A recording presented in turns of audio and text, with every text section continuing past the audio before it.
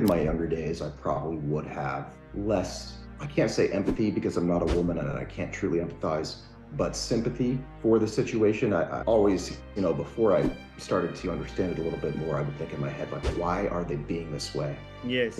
They tell me they want this. Yes. I give them that, and then they're not happy. And it Yep. was because I came at it from a very masculine frame. The idea that 1 + 1 = 2, but that's not the way that women think, by and large, at least when it comes to this specific thing, relationships and intergender dynamics. And so once I started to realize that, I had a lot more sympathy with their situation, and specifically a lot more sympathy for the backlash that people get online when they talk about how, men need to be more masculine, and just kind of going against that general imperative that's popularized in the media today. Yep. Because logically, it doesn't make sense to a lot of people. They haven't done the self-work to understand why they act the way that they do. Yes. And so they lash out emotionally because it makes them feel bad that this is the way that they are.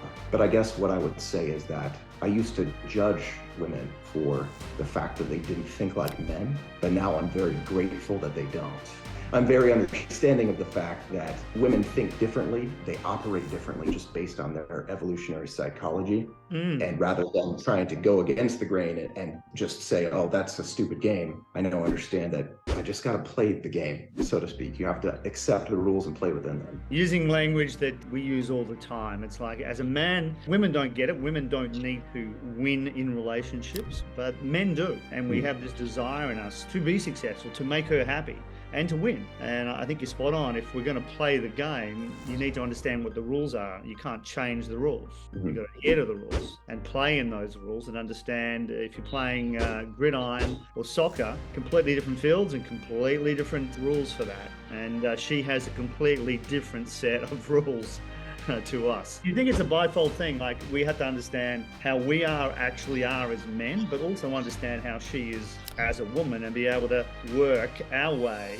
between those two very different dynamics. Yeah, and I think that, funny enough, along with the sports analogy, it's funny that you bring that up, because it's something that I talk a lot about in the groups that I run. I say, listen, you've come here because you're in a place where you're suffering, right? You're distraught, something's not working, either with finding a date or already being in a relationship. And so you've taken the first step of understanding that, okay, you're playing this game, and let's say this is the game of football, so to speak, right? Or I should say American football. I don't really know how it goes. Yeah. She's playing, soccer. And when you come onto the field and you don't understand that you're playing two different games by two different rules, there's going to be issues. And half the people out there don't even realize that there are two different games that are being played. And so what happens is you have to think about these games as being a frame that you're in. You have your masculine frame of the relationship, and you have the feminine frame of the relationship. Yeah. And when it comes to, I might catch fire for saying this, but this is honestly what I've seen to be the case, and I truly and fundamentally believe it to be the case.